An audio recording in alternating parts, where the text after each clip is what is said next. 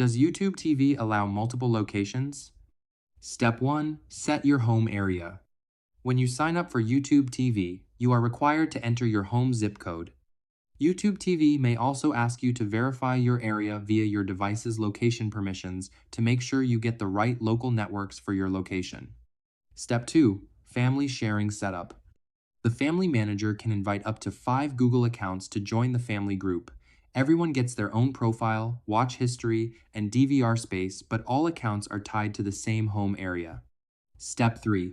Check in from your home area regularly.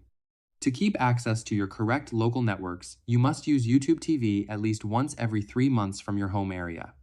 Step 4. Watching while traveling. While outside your home area, you can watch programming local to where you currently are, but you cannot record or watch the local networks tied to your home area. Step 5. Updating your current playback area. Your current playback area is separate from your home area.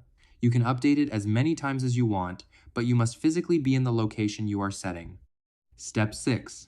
Home area change limit. You can only change your home area twice per year.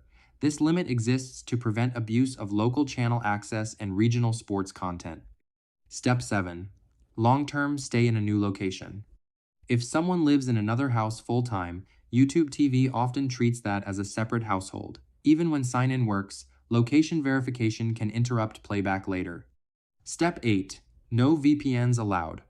While connected to a VPN or proxy, you will not be able to stream content from YouTube TV, primetime channels, or YouTube channels that have chosen to restrict playback by location.